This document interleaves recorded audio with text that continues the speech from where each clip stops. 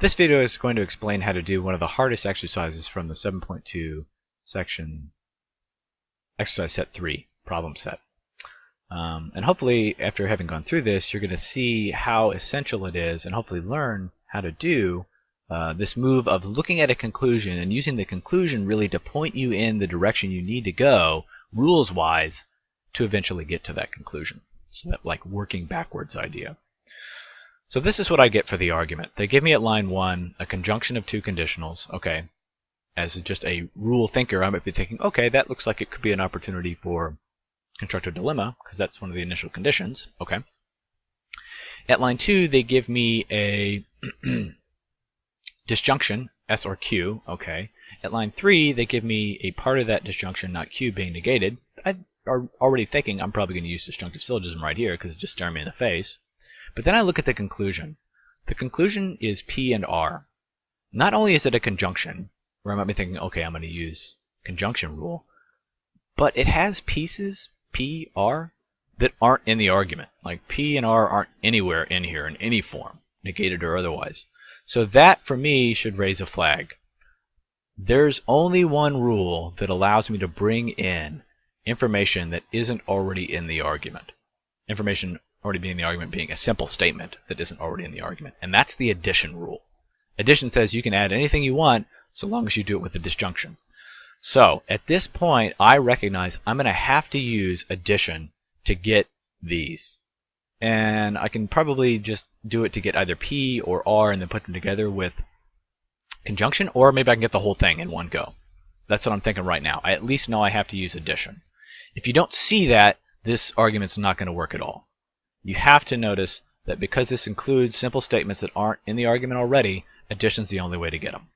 All right. Once I know that I have to use addition, I'm going to try to get to a point where I can use disjunctive syllogism, really, because that's what's going to say, if I have a disjunction that I built with addition, I can pull one of those pieces out, probably the piece that I added that I wanted, using disjunctive syllogism. So I'm thinking as a strategy, need to use addition, probably going to use disjunctive syllogism. Let's see where my initial premises take us. So what I'm going to do right here at the start, because I already saw it, is use disjunctive syllogism on 2 and 3 to pull out S. Okay. And once I have S, I'm like, okay, well, what could I do with this? Nothing directly, but let's take line 1 and just simplify it because it's a conjunction, and it's probably useful to use the rule on it.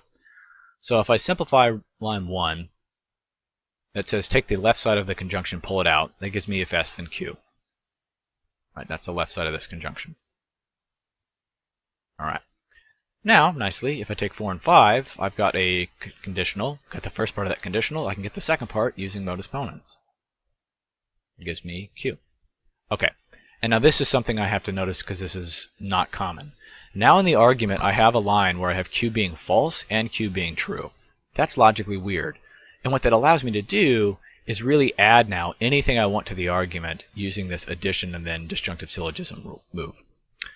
Because I knew I needed to use addition, what I'm going to do now, having seen what has to happen, is add to Q.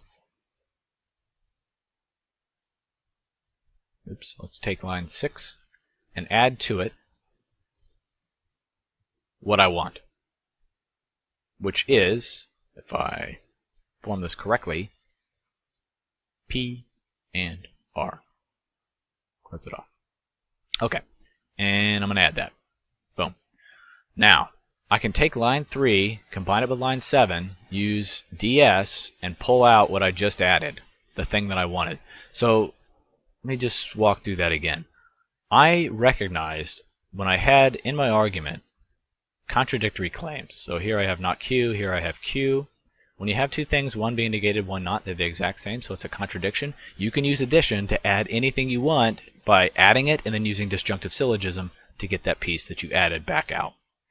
So I wanted to build a disjunction with Q because I knew that I could then take not Q, which would make a part of my disjunction false, and pull out with disjunctive syllogism whatever I added. So the reason I added P and R is because that's what I wanted to get. That's the thing that was going to get me to the conclusion.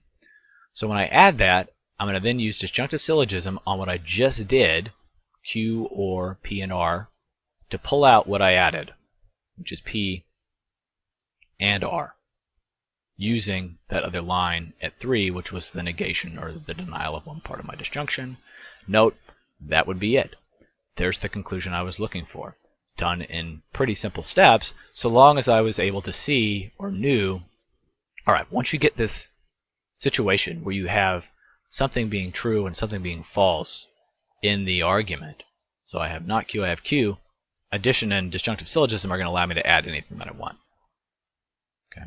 So the only way this argument worked is that if in step 1, when you were assessing it initially, you realize, okay, P and R, they're not in here already, I'm going to have to add that with addition.